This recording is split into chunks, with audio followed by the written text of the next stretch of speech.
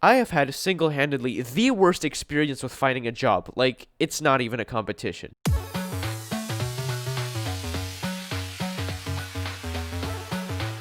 I kind of started looking at the beginning of junior year just because nobody really hires up until that point, and I've heard stories of people getting jobs as dishwashers over the summer before then, but it's really rare, so this was kind of just a good starting area for me. I wasn't really content with the idea of physically going from store to store and being like, hey, are you guys hiring? Because, I just didn't feel like that would get me anywhere, and that's probably one of the reasons why I had such a hard time, but whatever. So then my 5,000 IQ genius self decided to go with the next best option, Google Jobs. Yeah, never go on Google Jobs, because they just point you to company websites and you have to fill out their really long applications. You have to answer those stupid personality quizzes, and apparently if you get any of the questions wrong on those, they won't even let the manager see your application. So yeah, it's just a huge waste of time and effort. Don't bother. After a couple unsurprisingly failed attempts, I was introduced to Indeed, and I'm kind of surprised I haven't heard of this up until that point, but from this point on, I was really only using that for applications, so that's kind of that. Honestly, the first few days of me using this were kind of eventful because I got a call back from this burger place about a mile away, and when I came in for their interview, they kind of just ran me through a bunch of information. I kind of told them when I'm available to work, and that was pretty good. And then they told me they wanted me to come in for an hour on another day just to see if I can work a shift and like if I'm good for the position. And at this point, it kind of started to go downhill because they were taking a long time to respond to my messages. They had to reschedule at one point.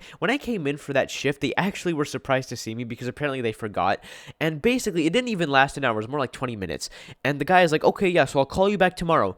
And that never happened. I waited several days for a callback, and after a week, I sent them a message just to be kind of like, hey, do you guys still remember me? And of course, they didn't respond. And honestly, it's kind of my fault too, I guess, because I forgot the name of the guy who was interviewing me, so even if I called back to remind them or something, like, I wouldn't know who to talk to. So that entire thing was kind of just a big fail. So then I applied to our local diner, and it was equally bad of an experience. Like, first of all, the person that was supposed to interview me didn't even show up, so like, what the hell is up with that? They told me to come back an hour later, so I did that, and they still weren't there. So at that point, some manager lady comes out, and she gives me like all these different papers. One of them is the application, and I had to rewrite it even though like I already submitted it online, so that was completely stupid. And then there's also all these like tax return papers, and I had to like write if I was like married or single, my total like, yearly income, yada yada yada. Like, dude, I'm just trying to pay for my Spotify, not file for a divorce. There's surprisingly a lot of stuff that I had to fill out in those papers, and after like doing half of them, I kind of just quit and left the place, and that was the end of that basically. And these guys kept asking me all these questions to make me like almost feel bad for applying. Like, oh, well, do you know any Spanish? Can you drive? Well, how come on your application says you have 1 year of experience, but it's not relevant experience? Like, dude, no, I don't know Spanish. I was at the beginning of my junior year, and if you haven't realized, a lot of juniors don't drive, and how the hell is my experience not relevant? Like, I worked at a theater for your first school requirement, and, they both require you to know seating arrangements and know how to sell stuff, so, yeah, I'd say it's relevant. No, but really, what's with the driving thing? Like, I signed up to be a cashier, and at this point, I start to kind of get desperate because nobody's calling back, so I'm just spam applying everywhere I can, and I wasn't really paying attention to the job descriptions because every time I got called back, it was either from a place that was too far away or that I was just not qualified for. Starbucks just flat out rejected me. Like, what kind of fit do I have to be to memorize some coffee recipes? Come on. Now that I think about it, I should have applied to the McDonald's across that street, but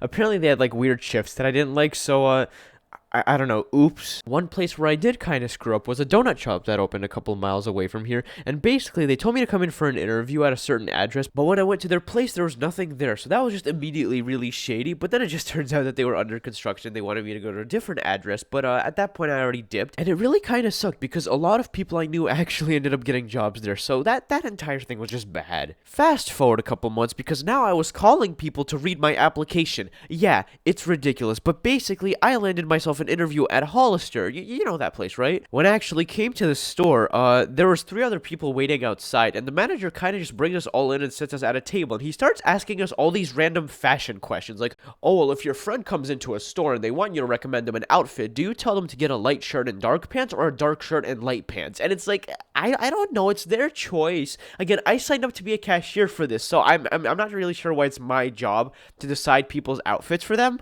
Like, I just feel like that's not really my place. And, dude, come on. I'm not a fashion designer. I just want to make some extra cash. So, again, I don't know why they asked any of that stuff. But, of course, I didn't get the job. And what really sucks is that of all the people at that table, I was the only one who had experience, and I still didn't get hired. I mean, maybe the other kids didn't either, but I at this point, like, who knows? And just as a side note, a lot of these places had really weird job requirements. Like, at the time, I was looking at this Amazon warehouse. I was pretty close, and they wanted me to be 18. For what exactly? To stack boxes and scan barcodes? clothes all day. Yeah, cool story, Jeff. So then when we were approaching summer, of course, that's the only time that I actually managed to get hired by somebody, because this beach club called me and they actually just did the interview right there and then on the phone, and they wanted to actually hire me. So then I realized I misread their address and they were actually way too far away from me, so that didn't work either, as always. And that kind of sums up most of my high school efforts to find a job. Moral of the story, if you want to get hired, you better go for somewhere where your friends are working, or just work over the summer, because really you have no other choice in my opinion. But yeah, that ends today's video, guys. If you enjoyed, hit that like and subscribe button. This was your captain speaking. I'm signing off.